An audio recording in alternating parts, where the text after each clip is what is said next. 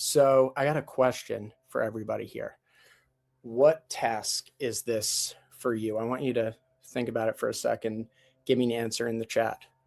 The scenario, you're chilling on your couch, doing something on your phone. That's what I want you to tell me what you're doing.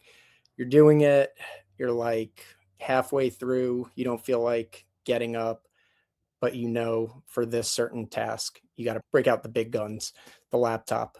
So you get up, plug your laptop in, resume that task over there. Maybe if you're ultra disciplined or know yourself, maybe you do that right off the bat, and then it's way easier. You got your success story at the end here. I know I do this quite a bit. I got a couple things in mind where I start on my phone and then I'm like, you know what? I got to do this. I got to lock in on a big screen with a keyboard for a task like this. What's yours? Do you have one? Am I the only one who does this? Am I the only one who struggles way too long to do it on my phone before I finally get up and take the 10 seconds to plug my laptop in and do it there? Let me know in the chat. Procrastinating, that's my specialty.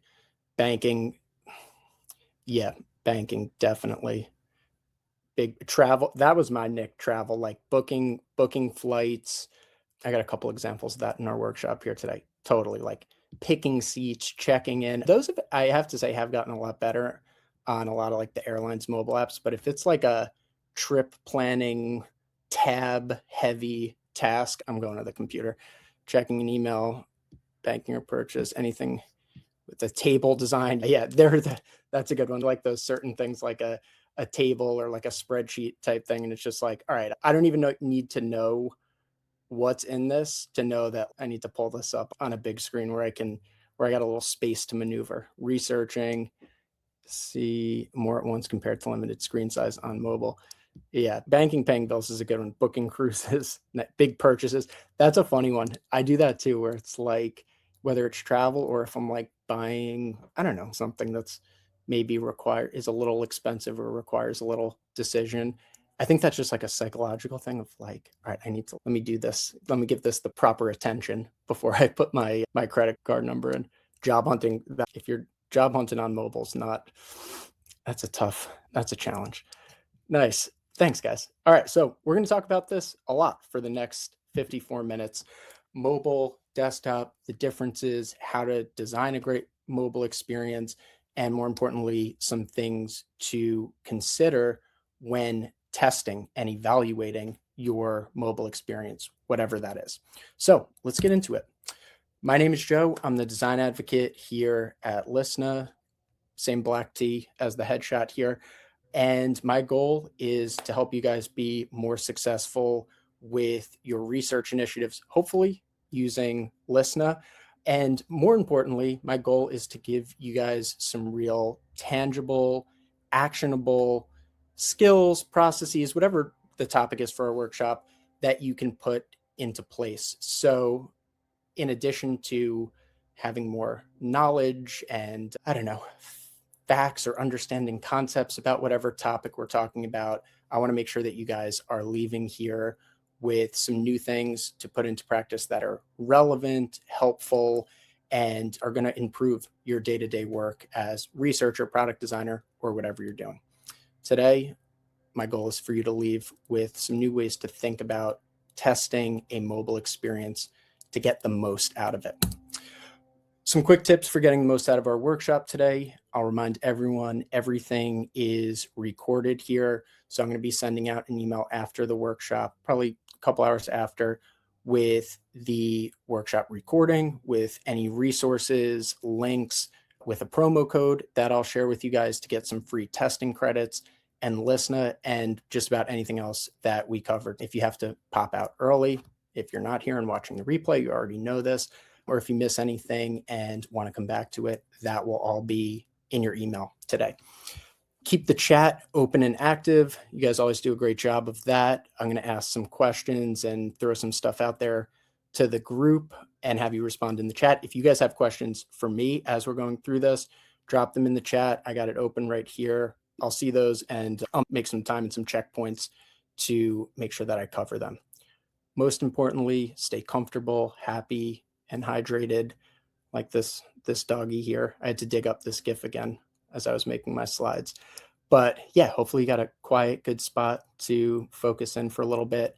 And if there's anything I can do to make this workshop more comfortable, enjoyable, better experience for you, just let me know. All right, so let's get started with kind of an overview on the topic and something that's going to lead into some of the more specific, actionable strategies and things to consider that we'll get into a little bit later. We already kicked this off with our icebreaker question and some of the tasks that you guys have related to me on. That involves switching your device, starting something on mobile and moving it over to laptop. So we've got some of those tasks, and I think we all have our own pretty good ideas of the differences and the use cases and when you switch from one to another. But I want to cover a couple big ones that are going to set us up for how you test on mobile. Before we do that, though, I want to get your design critique here. This is a screen that I designed for an app. It's not the exact one. I did a little mock-up of it, but it's close enough for the example. This is a screen I designed for an app for a farm called Amber Waves Farm. Shout outs to them in Amagansett, New York. And this app was one of many little things I designed for them several years ago to help them with their operations on the farm. This specifically is a harvest list app. So pretty much orders for produce would come in through their site, through all these other channels, and eventually the farmers are going out and harvesting it, picking it, seeing what the orders are, bagging it up, and either delivering it or putting it together for the restaurants and people who are buying that in bulk. So this is a list for farmers to look at, go out and know what needs to be harvested, what's already been done, how much of it, what field it's in, and give them like a simple list of what they need to get. So I'll tell you that this didn't work. When we actually tried this, a lot of things went wrong from the stage of testing it out, previewing it in Figma, all the stuff we do behind the scenes, to actually using it, actually putting it in our farmers' hands and giving it to them to give them a list to go out and harvest this produce. So I want you to take a look at it for a second and let me know in the chat, what do you think went wrong with this? Why does this perfectly fine looking app had such a fail, such a disastrous result when we actually put it out there? All right, so Melanie said can't sort by status. That's one of the things, Melanie, that was in the original one, but I forgot to mock it up here. But it's not that, but it's a good guess, and it should be there. It should be here in this one. Doesn't show how much of 120 pounds has been harvested. Good one. Missing sorting based on status. Lyssna's got the right idea here. The contrast seems very low. Good guesses, everyone. Those were not the reasons, although those probably could have been improved as well. Can't see everything at the same time. That is actually a good one. But there are a couple bigger ones. I'll show you right now why this didn't work. This is what it looked like out in the field when farmers were using it. So we got a couple things going on here in this beautiful mock-up I created. First, a ton of glare on the screen. So Lyssna, you mentioned the contrast. I think the contrast in my original design was a little bit better than these ones, but it was still way too faint, and it still relied on these little nice looking brand colors for the status of these different items that needed to be harvested. On my screen, when I'm making this in Figma, sure, looks great. Out in the field, not so much. Now, the other challenge was that most of this didn't even load, right? So even when it did, it was washed out by the glare of being out in an open field on a hot summer day. But there's also no cell reception out there. So a lot of times, even if you could see the screen, it wasn't loading, it was glitchy, it wasn't updating. A technical constraint for the situation that Doesn't happen when I'm sitting at my desk testing this out on a strong Wi-Fi connection, but does happen when you're out in the field. And then we had just some dirt on the screen. There was another issue of just farmers needing to take their gloves on and off to use it. So a bunch of stuff going on here. None of it really related to like the nitty-gritty UI of it or the, let's say, purely visual design, except for the contrast, but mostly related to how it's used in the real world and that contrast between what it looks like designing or testing it at a desk on a strong Wi-Fi connection and what it looks and feels like to use, let's say, out in the wild. So differences in mobile and desktop experiences. Let's start with the really obvious ones that we all know. Screen size, less screen size, not as much real estate on a mobile device, much more real estate on a desktop or laptop, which is why you guys answered with things like looking at tables, booking travel, things that have a lot of need some space and some room and organization to live. Not as easy on mobile. Performance, another obvious one that we also saw in the Amber Waves example. Not as much of an issue maybe in the early days of mobile apps and web browsing, but still definitely relevant and can affect the mobile experience. If you're commuting and in a subway, if you're in an area that doesn't have great reception, if you're out in the field harvesting vegetables, that performance issue and the reliability on service is something that comes into play that doesn't as much, for the most part, with a desktop experience or scenario. Native device functionality, things that you can do on your phone that are specific to how you use a phone. There's a lot of these, and there's a lot of overlap with these on native device capability on your laptop or computer as well, but they're different. So while the technology exists for both of them, there are a lot of things that are integrated with your phone that can affect how people use it and how you design certain tasks. I picked a really simple one here of a click to call button, something that's made to improve the user experience on mobile and create a quick gateway that's directly aligned with that device, with that phone, and something it can do on its own. There's more. We know location, device knows where you are. Again, laptops have location services as well, but more relevant for mobile. Things like haptics, physical feedback confirms action. So when you feel that little bump or tap when you use Apple Pay or something, that's something that's more and more prevalent in mobile devices. I actually watched this video here to see, when I was making this workshop, to see how the iPhone Taptic engine works, the little thing that makes those haptics or that physical feedback, and it's pretty cool. I'll share the video, but pretty interesting how they engineered that. We have motion, right? All of these things that, yes, they all exist in some way now on desktops or laptops and to some degree, but things that are really unique to the mobile experience, the device, and how it's being used out in the wild. I love haptic feedback too, Sammy. I'll share the link to that video in the follow-up email. It's pretty cool.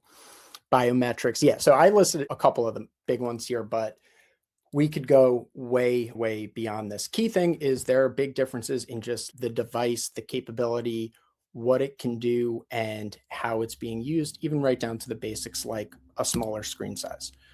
But the big one is context. The one that wraps all of these together, like our Amber Waves example, is the context, the scenario, the situation where users interacting with a product, and how that's a really sharp difference between typically how you operate with a laptop or desktop.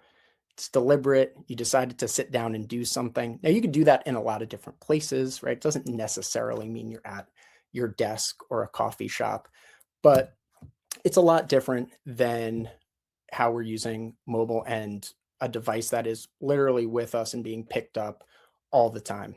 If you're doing a real estate search, that's going to look different if you're sitting down browsing on your laptop versus scenario where maybe you drive by a home that you're interested in getting more information on and can access it, call the agent, look up the details of it right there. The key is all those environmental factors, all those technological factors that we just mentioned come into play, but the main thing is the real life out in the wild scenario and the differences between how they're used. So let's get into talking about testing a mobile experience. Now, this is a common thing that I have done plenty of. I know lots of Lyssna users and customers that I've worked with do this, and a lot of times it can be useful. What I'm talking about is testing a mobile experience on a desktop, right? So pretty much having a link to a prototype, a Figma prototype that you made, having a little iPhone frame or whatever in the middle. It's displaying like a mobile device. The screen size or the mock-up size is like a mobile device, but you're testing it, or participants, let's say, are testing it on their computer. For a lot of things, this can be perfectly acceptable. I put this as a basic example. If you want to see how someone, I don't know, maybe you're doing a usability study to see how people choose different options for a sneaker or something like that. And you give them a task to select their color, style, size for this pair of sneakers and add it to their cart. This, just as a general example, you probably wouldn't lose a whole lot of interesting findings or insights between testing this as we're seeing it here with a mobile frame on a desktop or testing it on a real device. There are plenty of situations where this is going to get you some useful, actionable feedback to improve your product. But say most of the time, I'll say a lot of the time, it doesn't. And I'll say most of the time, it's not that it's completely useless to test a mobile experience on a desktop or a laptop, but even if it's not completely useless, most of the time, you're not getting the most out of that study, right? You're leaving things on the table, important insights, behaviors, usability patterns, motivations that users have that you would find out if you're testing it really on the device and in the situation that you lose out on or maybe get a little glossed over if you're testing it in a different environment like an iPhone frame on a laptop. Okay, so I was trying to think of an example of this. I was trying to think of an app that, let's say you were like designing this app and you wanted to test it out. I was trying to think of one that's the opposite of this example, right? One that you would absolutely need to test on a real device, on an actual mobile device to get anything valuable from it.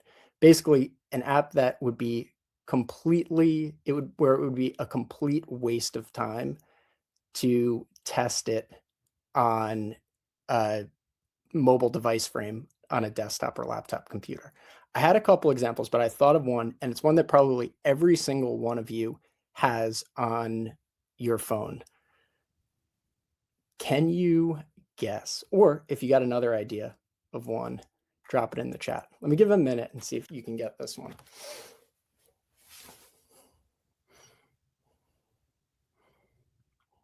Camera's a good guess. That's close. I'll say that. And I think camera would probably be as good of an answer. Calculator.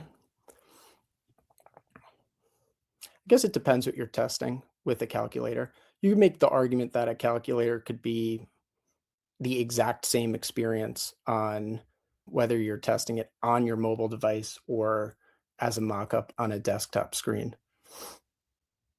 But it would depend what you're doing and definitely like where you're testing it or how someone's using it. Phone could be a good one. Notes is a good one. All right, you guys ready for the answer? Give one more minute for responses. You're all on the right track. Fitness tracker. Taxi app, that's a good one. Yep. All right, you guys were close. Here's what I came up with. The flashlight I use my flashlight app all the time, just the regular iPhone flashlight. And I was thinking about this, like how there's almost no value in testing this on a desktop, right? It doesn't light anything up.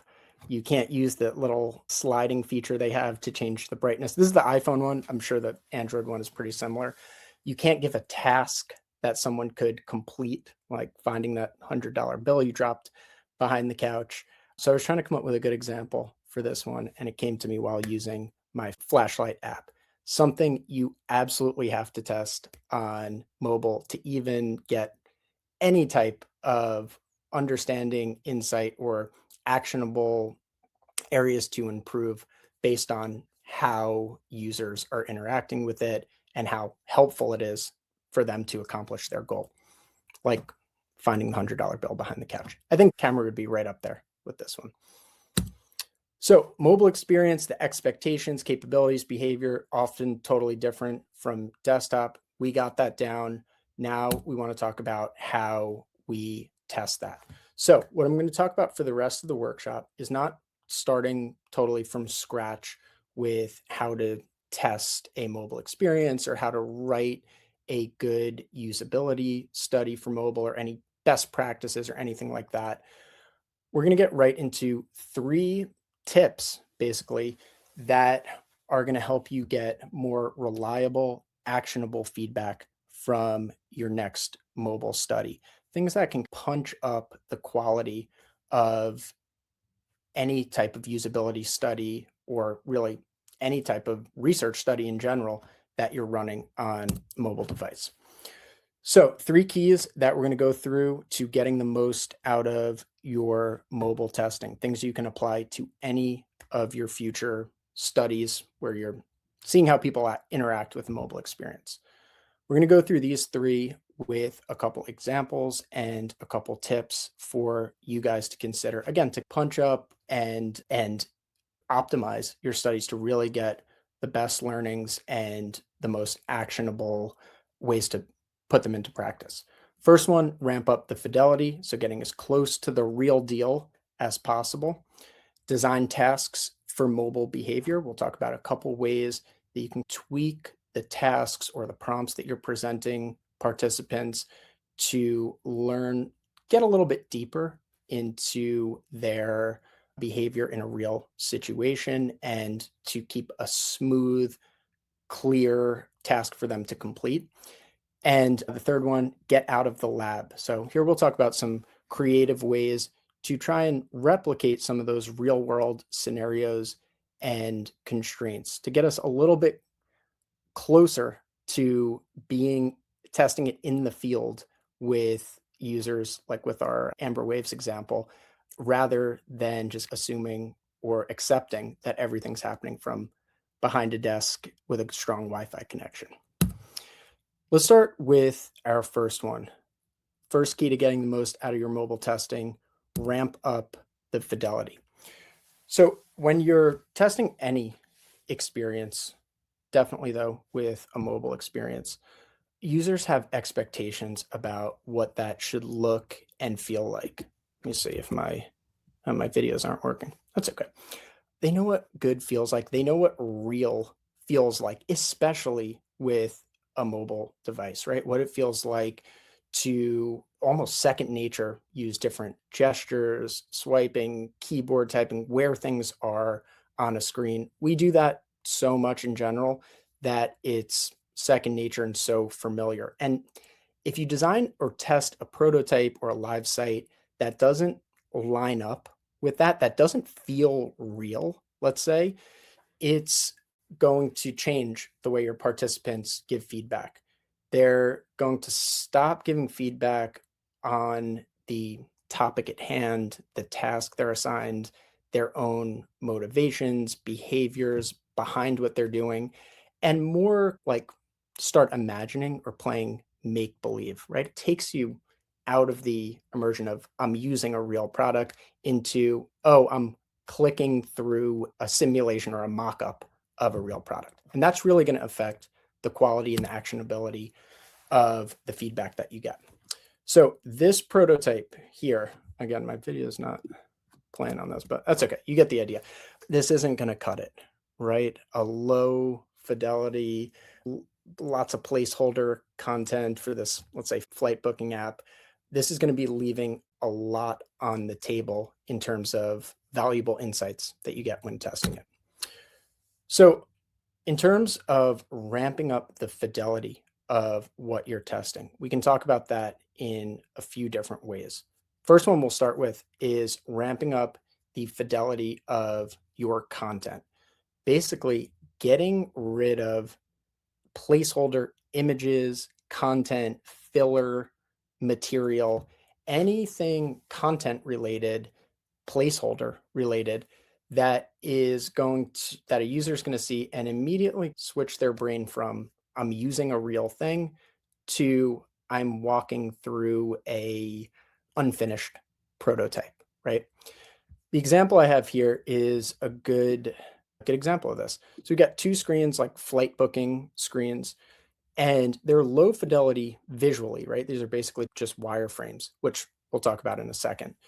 But in terms of the content that's on the screen and the real content that's on the screen, the left is doing a much better job than the right. Now, at first glance, they look almost exactly the same. But if you see at the bottom here, this has some more realistic details added in. Instead of just amenity 1, amenity 2, amenity 3 for whatever airline seat you chose, we see in-flight Wi-Fi, extra leg room, power outlet. In terms of a price upgrade, we've got a real price here versus a placeholder one over here. These screens are really similar and they're really low in visual detail. But if you were asking participants or wanted to learn what was helpful in them choosing a seat or what factors or priorities they considered when picking their seat, this one on the left is going to be a lot more effective in getting that. This one on the right with all the placeholder content, which is really not that different than this, it's just a couple extra things, is going to make it hard for users to imagine or to relate that or give an answer to that based on their own feedback or own decision-making criteria, and instead get them into thinking about an answer that kind of fits with the content that they're working with, which is not much. So the next phase of this is ramping up the look and feel of your experience. So content is the first one, but look and feel here, still pretty bare bones. Next stage is ramping up how real it looks and feels to use that product. Once you've got real content in there, the next step is to close the loop and make it feel like participants are interacting with another app or something that they're familiar with, or the interaction styles that they're using on their phone every day and the expectations they have for products that they're using every day. So things like animations, transitions, micro interactions, these all become important in this phase. These all become details to the experience that you're testing that are, again, going to immerse users as feeling like they're using a real product and giving feedback on that, rather than kind of role playing and walking through a demo. I got to show you all these prototypes. I'll share these with you guys to get the videos working so you can see all these nice fine-tuned animations I built for this. But you can get the idea, right? Visual design here, transitions, physics, tap feedback, native transitions. Now more than ever, when those are missing, it feels like a prototype. I would say if you go back 5 years, right, it was, for a lot of different factors that we don't have to get into, but it was probably more acceptable and common practice to share like a click-through prototype and to test something that had minimal like polish, visual polish, transitions, micro interactions, anything like that. I would say now with a lot of the tools that we have to build and design things, with, forget even AI aside, things like the Figma community, where you can download a nice looking starter template or style guide for something. Those expectations, at least for me, have changed, where I've seen that you really get a lot more out of testing an experience that has those details incorporated, and those kind of goes that extra mile to make it feel real. So other things you can think of with this in terms of the fidelity and look and feel, device capabilities, haptics, building that into a prototype or an experience you're testing, sound, audio feedback is going to add a layer of realism to it, location, right? Instead of just showing a screenshot of a Google map, can your prototype or your experience incorporate that? And instead of showing demo, I don't know, locations near you, could it actually show the ones that are truly near that participant when they're testing it out on their device? So these ones go into a little bit more involved in terms of incorporating those, but the idea is to ramp up both the fidelity of your content, have it eliminate all the placeholder stuff as much as you possibly can, ramp up the look and feel of the experience, and get that product feature flow that you're testing to really feel like the real thing, and thereby elicit more valuable feedback. And the easiest way I can break it down is if you were testing a flight booking experience or a seat picking experience, which prototype would be more likely to lead you to better insights and a better flight booking experience? On the left, there's going to be a lot of feedback that comes from make believe or role playing kind of responses from participants, whereas the right, it's going to be a lot closer to the feedback's going to be a lot closer and a lot more related to their actual preferences, behavior, and experience using your product. So I mentioned this already, but this is easier than ever now with AI, and it's one of the reasons why I made this the focus. I think even before AI design tools, I personally put a big emphasis on this with prototypes, even when it took a lot more work to make those little transitions and those details and fill in that placeholder copy. I think I saw the value pretty early on of doing that, and saw the value of taking a little bit more time with a prototype or a live experience to test to make it feel real. And if any designers back then would have told me, hey, I don't do that, or I don't think that's necessary, I think they could make a case, or it's not worth the time. But now with AI design tools, with all the things that are built into Figma and vibe coding and all these different things that we're using to quickly create these experiences, the time has been cut down drastically. So in terms of getting your mobile experience to look and feel real, it's easier than ever, and it's more important than ever to elicit that valuable feedback. All right, let me pause for a second. If anyone's got any questions on that one, let me know in the chat. Oh, I do see a question here. Okay, Lyssna said, what if you're working on a new mobile experience and want an early insight in information architecture and expectations about mobile gestures before committing to refining visual styling? Yeah, so that would be a good example of a study that you might not need to ramp up the fidelity of the experience that much, right? If that's really not the focus of it, or maybe like gestures are the focus, then you would want to spend your time really making those as realistic and as high fidelity as possible, even if, let's say, the branding or the visual design of the experience wasn't all the way there. So there are definitely examples of things that you might want to test that don't require a fully finalized, pixel perfect, detailed experience, but you want to make sure of two things. One, that your study is, and what you're asking users to do, is actually focused on that narrow aspect, like information architecture. Because you don't want to, if that's truly what you're testing and the tasks you're giving to users are related to that, then you might not need to spend as much time on all this other stuff.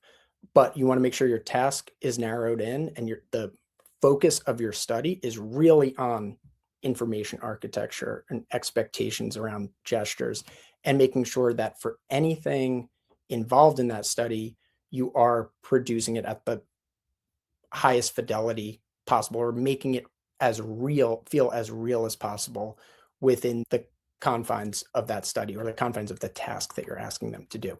So, short answer, definitely for early insights, for specific targeted tasks where you want to get an answer to something about like information architecture, it might be less important to go all the way with this, but you want to make sure that for the areas that you are testing, you're providing an experience, or at least not doing anything that is going to take users out of feeling like it's a real experience within what you're asking them to do. Good question. All right, next one. Design tasks for mobile behavior. So this one is going to be specifically about what you're asking participants, and really how you're asking participants to do things, tasks, prompts, workflows that you want to see them interact with and get their feedback on. First one, fidelity, was all about what you're presenting them, the prototype, the experience. This is all about what you're asking them to do with it. So on mobile, the way that the task that you present participants with and the way it's worded can be the difference between kind of that surface level feedback that might feel useful or positive, but doesn't really get you those deep insights to really make big improvements in your product, or that, right? Or being able to look at the results of a usability study and really uncover some game-changing actionable insights. I think a lot of these tips for this one in terms of writing tasks or prompts could be applied to just about any good usability study or an unmoderated usability study, but especially important for mobile. Let's go to the first one. When you're designing a task or writing a task for users to do on mobile, let's say for this, I don't know, I took like a grocery, like Instacart kind of screenshot here. You want to set the scene and the trigger, right?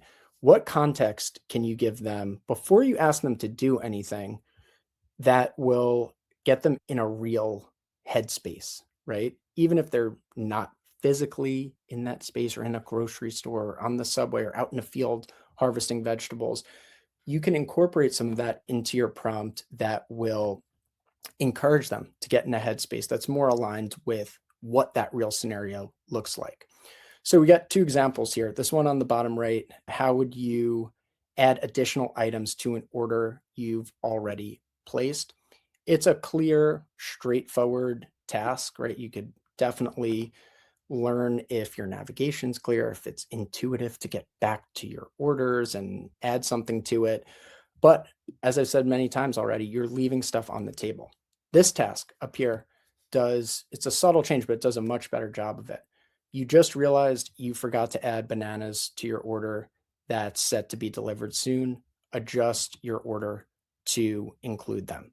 So a task like this it's asking you to do the same thing. The user is going to navigate through the same pages. You're going to get to evaluate the same flow or experience.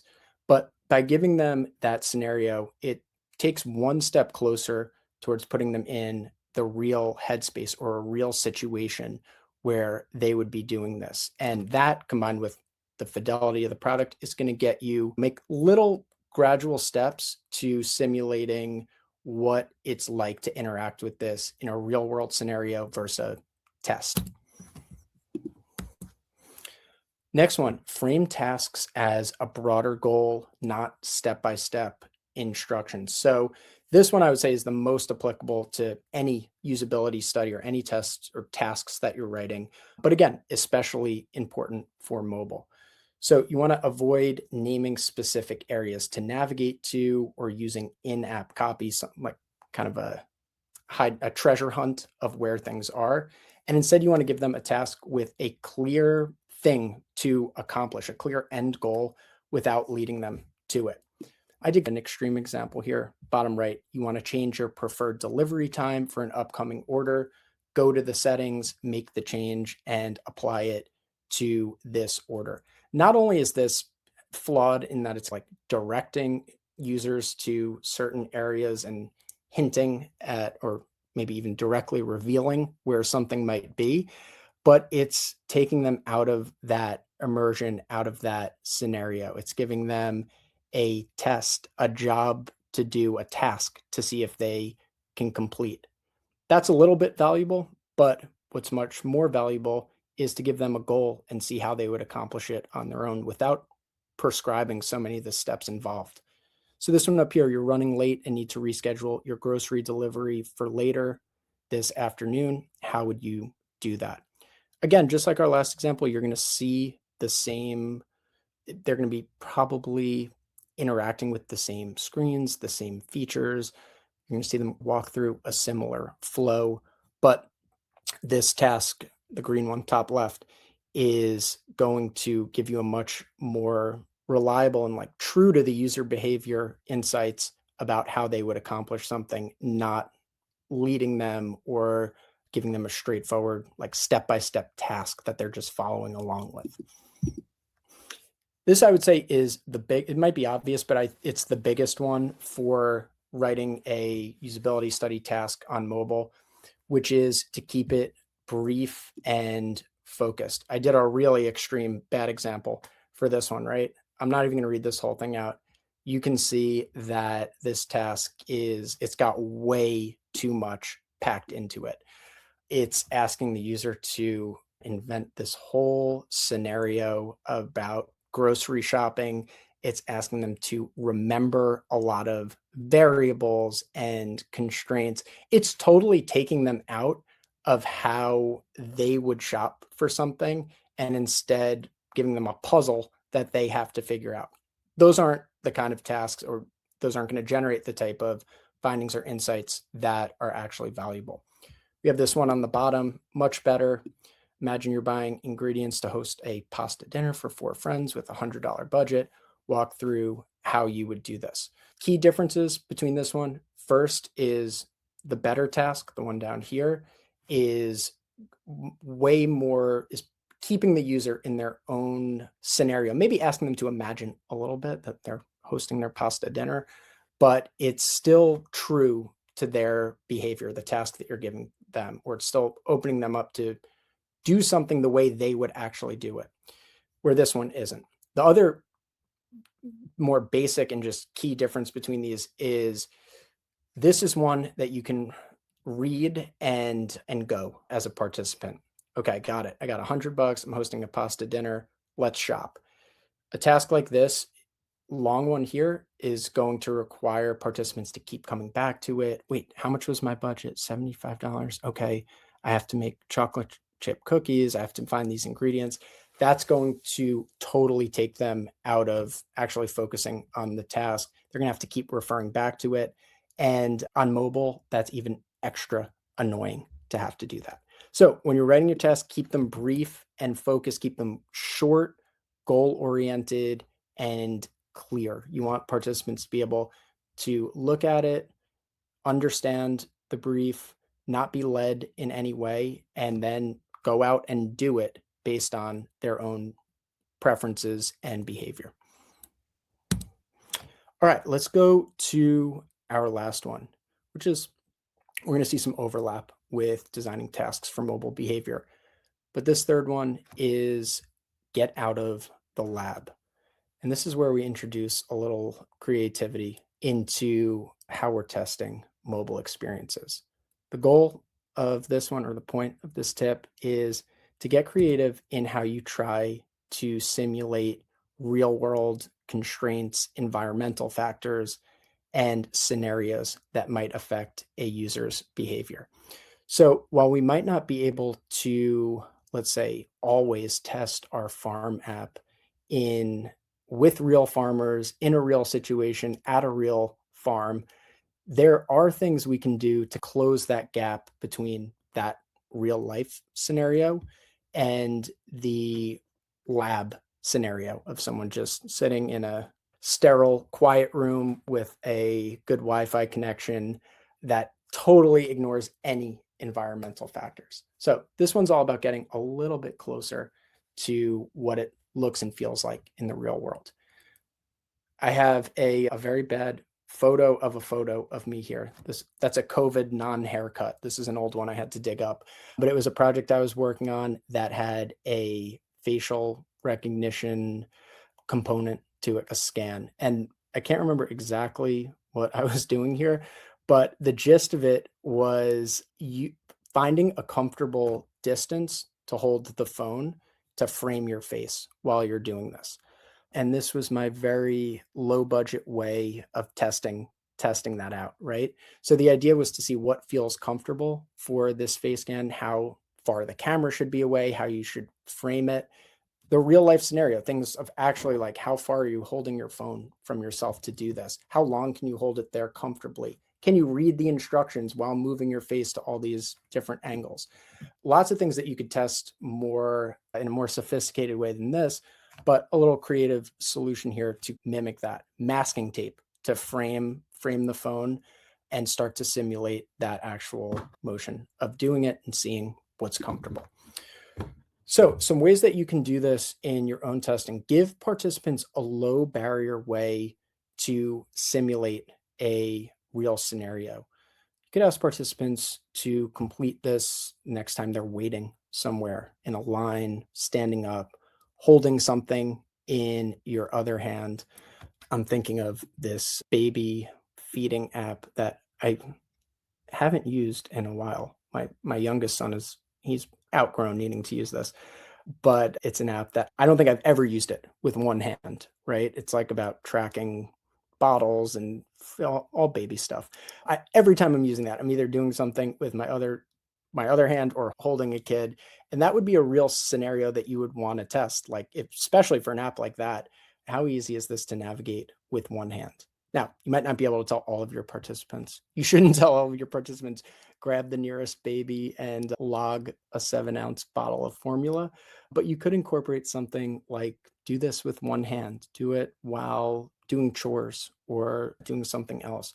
Do this part of your nighttime routine, maybe when you're setting an alarm or turning on a do not disturb or doing whatever you do with your phone before bed.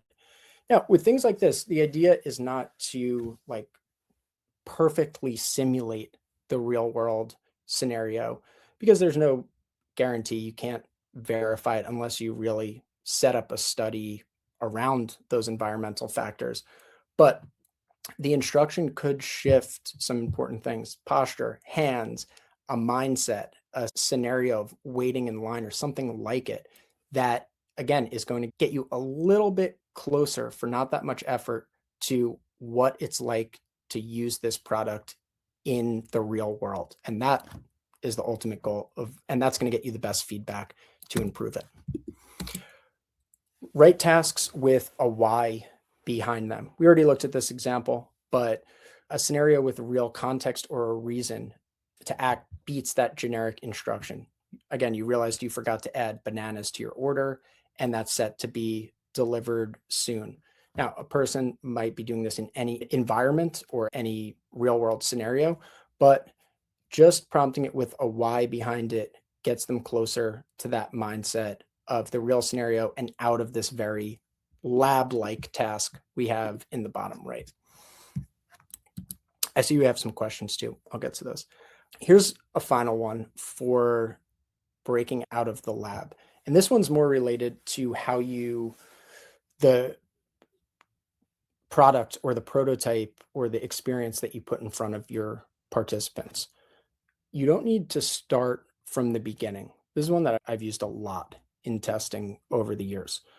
A lot of times if you're testing an experience or a flow or some aspect of your product, it's almost accepted to start them from the home screen or like a main screen in your product or a sign up or an onboarding or something where they have a fresh start, the participant. And while that can be valuable for certain scenarios, there can also be a lot of value to immerse them in the situation, to not start them with a fresh start, to start them with something like this, an email or a simulated email that you're putting in your prototype. Imagine you got this order confirmation email and realized you were shipping your running shoes to the wrong address. How would you correct it. Right here, this doesn't involve changing your participants' real world situation, what room they're in, what hand they're using on their phone, but it is putting them into a much more realistic scenario where it's something that's more relatable, more aligned with when someone would use a feature like this or need to do a task like this, rather than starting them from a home screen, a sign up, a navigation that says your past orders. So this is one, again, totally depends on what you're testing, what you're trying to learn, the real world scenarios around your product. But it's one that's a lot easier now with like how easy it is to create prototypes with vibe coding stuff, to start a prototype or an experience, drop them in at a certain point that will be more aligned with how they would use it in the real world and get their headspace and behavior more aligned with that than just a beginning to end flow. So write tasks with a why behind them and use some of those little steps or prompts that maybe don't get you all the way to real world scenario with your participants, but get you a little bit closer. Okay, let me take a couple questions here, and then I'm going to share. I got a promo code for you guys. I got feedback, and I got some updates on a Lyssna feature that you guys will be hearing about in the next couple, probably next week, 2 max. Okay, questions. Let's see. Okay, can you verify it the way that that they're actually doing it by the way you're asking them to do it? You, in some cases, you can with Lyssna and mobile testing, which I'll put up here and put the link in the chat here for you guys to check out. Our new feature that's in beta, but will be in you'll be getting a notification about soon.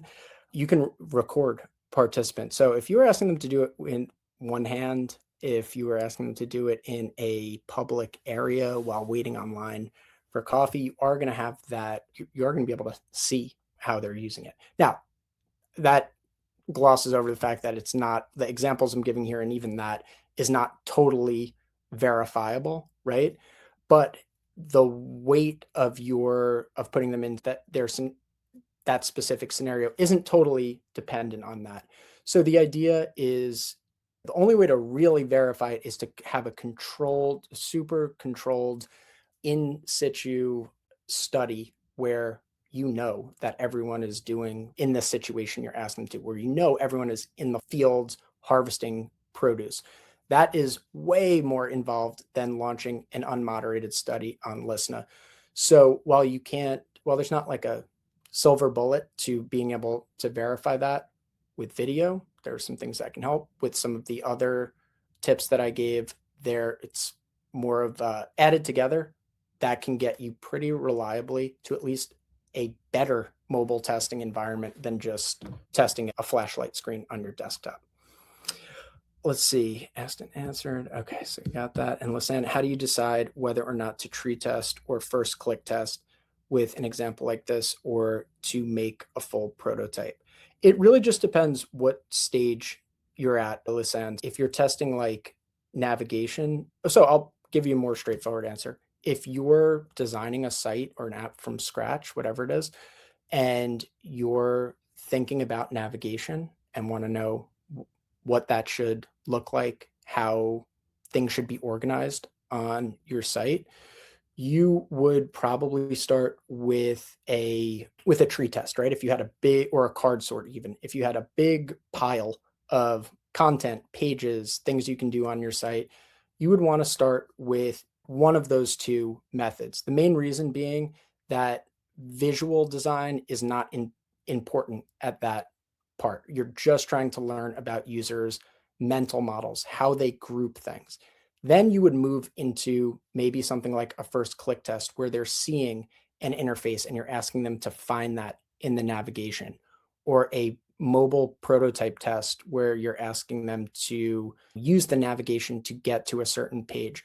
In terms of just a general answer to that, more frequently it depends on the phase and what you're trying to learn. If you're early, trying to purely understand how users group, organize, label content, you would start with something like a tree test or a card sort.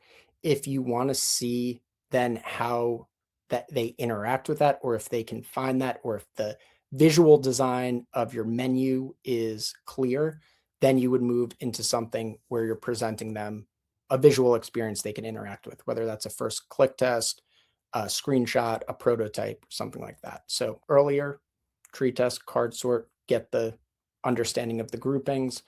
Next, prototype, first click test, see if the way you're presenting those groupings in a navigation on your site is clear to your users, if they can find it. All right, I know we're a couple minutes over here, but let me just wrap up, guys, because I do have a couple good things to share. Introducing mobile recording in Lyssna. I put the link in the chat. I will share that in the email with the recording on this. This is a new feature from Lyssna that will be live in, I was told, a week to 2 weeks. You will be hearing about this. Since you guys are here and signed up for this workshop, I'll also set up a follow-up email from this to let you know that it's live and that you can check it out. It's a big feature and it's really useful for all the stuff we discussed here. You can set up usability studies, all different types of studies that previously you could only record on desktop. Now you can do it on mobile. So in addition to like unmoderated usability stuff and a lot of the examples I used here today, this really unlocks a whole new batch of tools for you to test a mobile experience. Mainly, whatever you're testing, the fact that you can ask participants to think out loud, walk you through what they're doing, and provide that ongoing feedback while looking at something on their mobile device, not being forced to fake it with a mobile screen on a desktop. So you'll be hearing more about this. Check it out, though, and it's the main tool that is going to unlock a lot of good mobile testing in conjunction with everything we've talked about here today. All right, let me show this promo code for you guys if you're still here. I don't know who's still here. I'll put this in the chat. Let's see, I got Q&A. Here is a promo code for you guys. If you have a Lyssna account, even a free one, you can go to this link. You can enter mobile 20, and that'll get you 20 testing credits to recruit from the Lyssna panel. If you don't have a Lyssna account, you can sign up for a free one and then go to this link and enter it. Credits, 20 credits is a nice, some house money that you can use to run a study, maybe your first or your next mobile usability study. So that's going to allow you to recruit participants depending on what kind of study you have.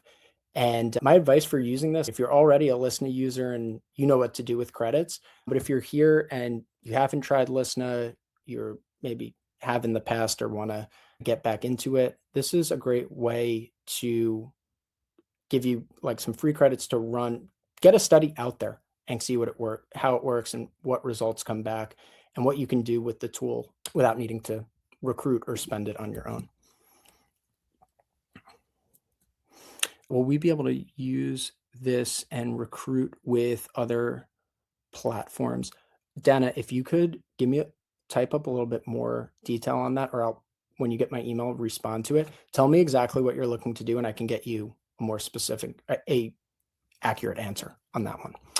All right, guys, let's wrap up because I've taken way more of your time than needed. Did you guys enjoy this workshop? Do you feel like you got some new tools some new things to consider when testing your mobile experience, whatever that is? Let me know in the chat how you guys are feeling. If you get a second, it would also be super helpful to leave some feedback at that link that I just put in the chat as well. It takes 2 seconds to do it. And as you can probably guess, as someone who's a researcher who works for a research company, I care very much about your responses and your feedback to my workshops. So if you get a second to share some feedback, let me know what you liked about this, how you're feeling, what we could improve, future topics you might want to see. That'd be greatly appreciated. And I'll share this link in the follow-up email as well. All right, guys.